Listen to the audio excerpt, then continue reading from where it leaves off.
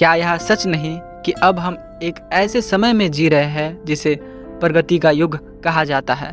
ज्ञान और विज्ञान का विस्तार इतना व्यापक है कि कभी असंभव लगने वाला काम आज साधारण बन गया है। बिजली का स्विच दबाते ही अंधेरा मिट जाता है।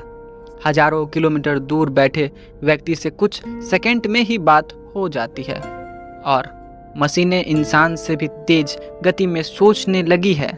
सुविधाओं का जाल आज हमारे चारों ओर बिछ चुका है, लेकिन एक सवाल है जो अब भी खड़ा है। इतनी प्रगति के बावजूद इंसान आज दुखी क्यों है?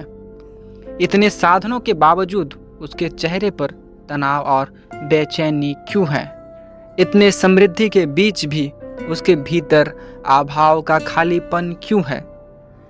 आप अतीत की ओर देखिए। हमारे पूर्वजों के पास ना तो ये तकनीक थी, ना ही इतने साधन थे। उनका जीवन कठिनाइयों से भरा था, लेकिन फिर भी उसके भीतर एक संतोष हुआ करता था।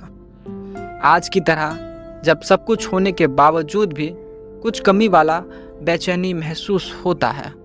क्यों? क्योंकि असली समस्या वस्तुओं की कमी नहीं, बल्कि उसका दुरुपयोग है। जो हमारे पास है उसका सही उपयोग करने की बुद्धि हमने खो दी है।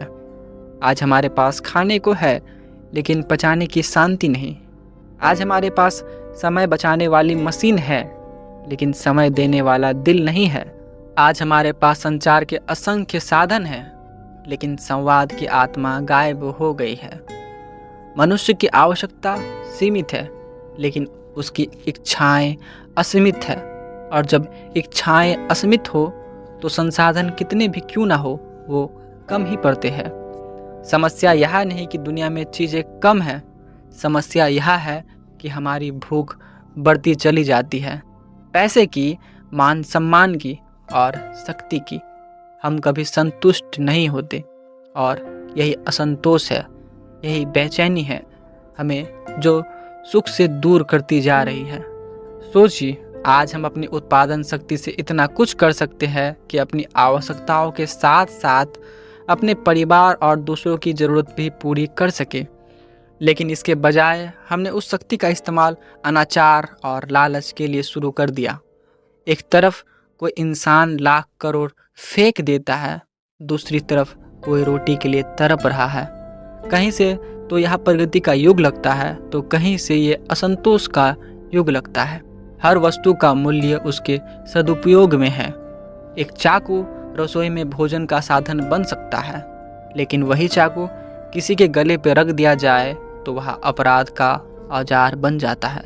साधन वही है, फर्क है इस्तेमाल में। आज मोबाइल, इंटरनेट, सोशल मीडिया, ये सब ज्ञान बांटने और जोड़ने के लिए बने थे, लेकिन दुरुपयोग ने इन्हें झूठ, नफरत दिखाने का अड्डा बना दिया है। और इसका नतीजा क्या हुआ? मनुष्य पहले से ज़्यादा अकेला, उदास और बेचैन रहने लगा है। भगवान की नीति कहे या प्रकृति की नीति बहुत स्पष्ट है। जहाँ सौजन्य और सद्भावनाएं होती है, वहीं विकास होता है। लेकिन जहाँ उद्दंडता और दुरुपयोग होता है, वहाँ विनाश अवश्य होता है। इतिहास गवाह है, हर सभ्यता तब तक फली फूली जब तक उसने संतुलन और सदुपयोग की नीति अपनाई। जैसे ही लालच और दुरुपयोग ने जगह ली, वह सभ्यता ढह गई। तो सवाल यह है कि अब हमें क्या करना चाहिए? उत्तर सरल है, जो कुछ हमारे पास है उसका सही उपयोग करें।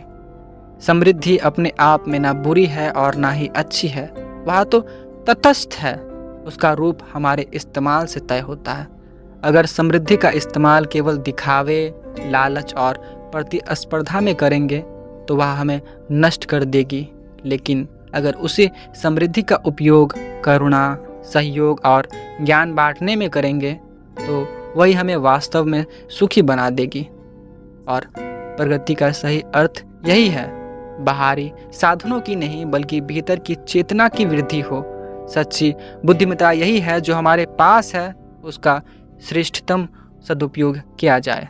तो अगली बार जब आप किसी सुविधा का उपयोग करें तो खुद से पूछिएगा, क्या मैं इसे सिर्फ अपनी इच्छाओं की पूर्ति के लिए कर रहा हूँ या यह सच में मेरे और दूसरों के जीवन को बेहतर बना रहा है? याद रखिए, समृद्धि से सुख नहीं आता, सुख केवल सदुपयोग से आता है, वरना साधनों का अंबार भी मनुष्य को दीनहीन बना सकता है। और यही वर्तमान युग की सबसे बड़ी गुत्थी है जिसे हमें सुलझाना ही होगा।